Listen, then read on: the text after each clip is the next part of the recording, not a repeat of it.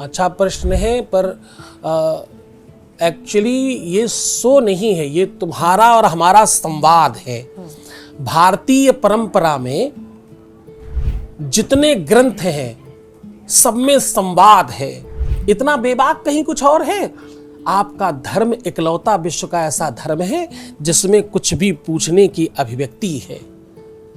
गीता में अर्जुन पूछ रहे हैं, कृष्ण बता रहे हैं। रामायण में माता पार्वती पूछ रही, भगवान शंकर बता रहे हैं। जितने ग्रंथ आप जानते होंगे सब में कोई पूछ रहा है, कोई बता रहा है। यहां पूछने की अभिव्यक्ति है और पूछने वाला एक नियम का पालन करता है। ये इसलिए बता रहा हूं ताकि तुम सब लोग पूछ पाओ और उसके बाद जो पूछो उसका मतलब लेकर जाओ।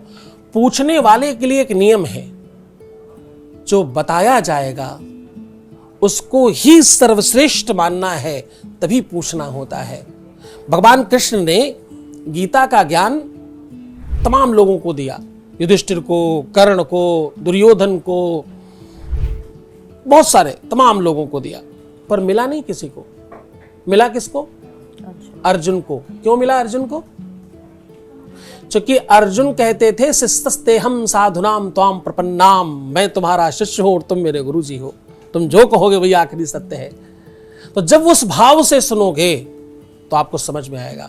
अब क्रोध, ये इतना बढ़िया प्रश्न आपने किया है।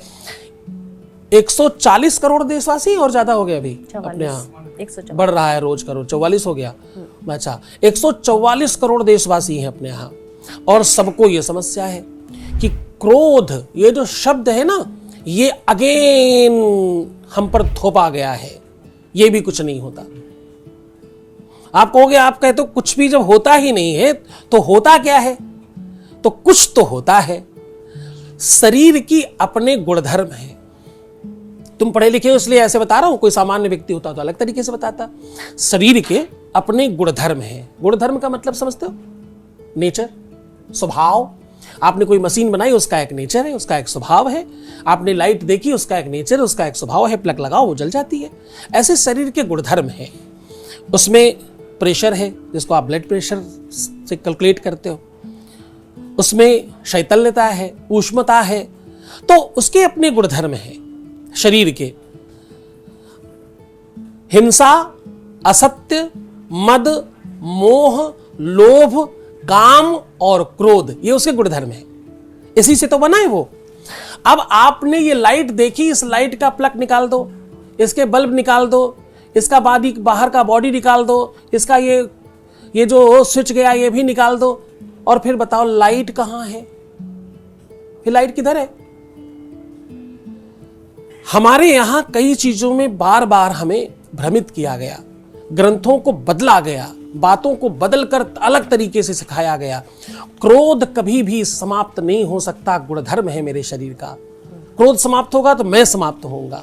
मेरा नेचर है, मेरा स्वभाव है। शेर अपने स्वभाव में जीता है, गीदड़ अपने स्वभाव में जीता है। उसका नेतृत्व है, उसका व्यक्तित्व है, उसकी निजता है, वही समाप्त हो गई। प्राण ही चले गए शरीर से तो शरीर में क्या बचेगा?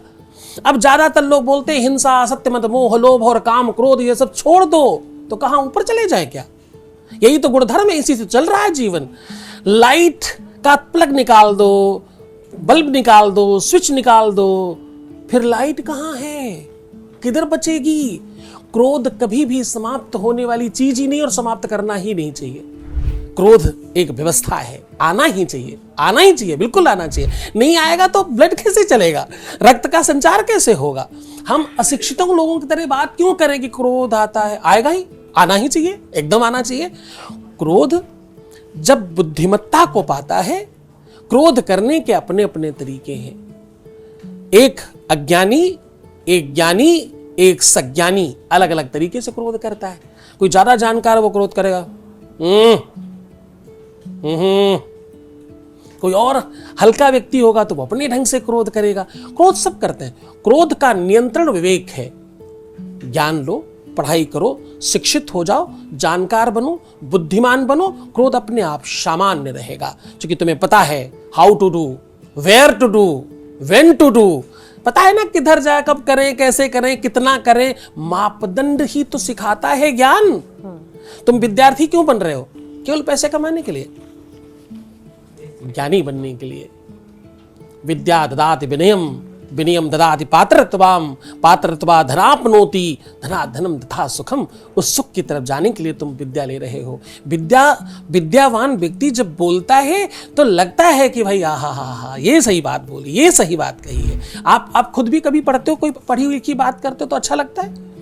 बस वो अच्छा लगना क्रोध को समाप्त करता है। वो तुम्हारा ज्ञान तुम्हारे क्रोध पर नियंत्रण करता है। क्रोध पर क्या नियंत्रण होगा और क्यों नियंत्रण होगा? शरीर का गुणधर्म है।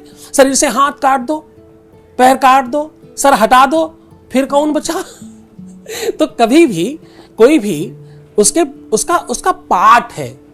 ओवरऑल कहने का मतलब क्रोध कभी भी समाप्त न होता है, न होना चाहिए, न इस तरह से सोचना चाहिए। मूर्खों की तरह क्यों चिंतन करना, बुद्धिमानों की तरह चिंतन करना है।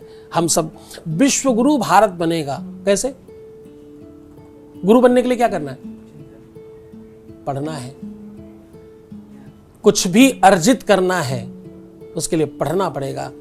लर्निंग अर्निंग बढ़ा ही देती है अपने आप। लर्न देन अर्न, है ना जी।